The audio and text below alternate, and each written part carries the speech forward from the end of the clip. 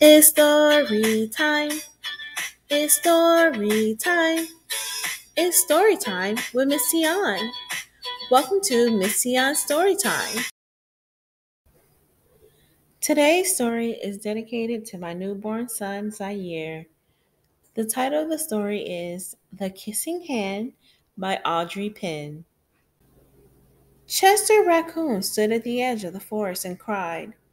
I don't want to go to school, he told his mother. I want to stay home with you. I want to play with my friends and play with my toys and read my books and swing on my swing. Please, may I stay home with you? Mrs. Raccoon took Chester by the hand and nuzzled him on the ear. Sometimes we all have to do things we don't want to do, she told him gently, even if they seem strange and scary at first. But you will love school once you start.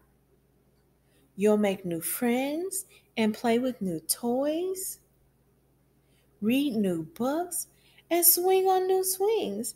Besides, she added, I know a wonderful secret that will make your nights at school seem as warm and cozy as your days at home.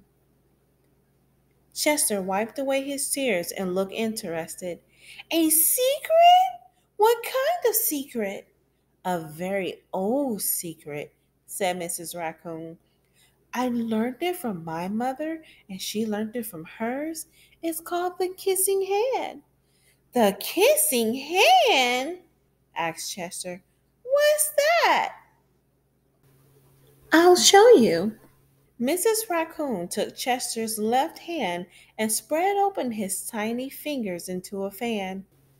Leaning forward, she kissed Chester right in the middle of his palm.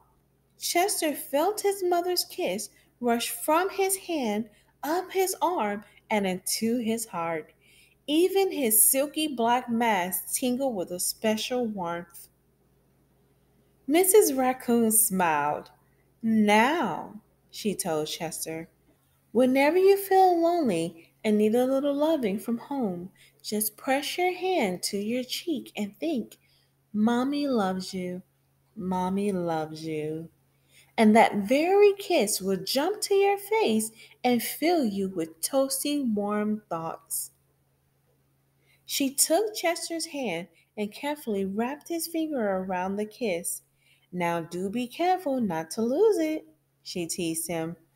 But don't worry, when you open your hand and wash your food, I promise the kiss will stick. Chester loved his kissing hand. Now he knew his mother's love would go with him wherever he went, even to school. That night, Chester stood in front of the school and looked thoughtful. Suddenly, he turned to his mother and grinned. Give me your hand, he told her.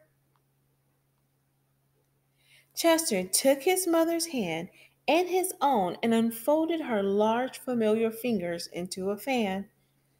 Next, he leaned forward and kissed the center of her hand.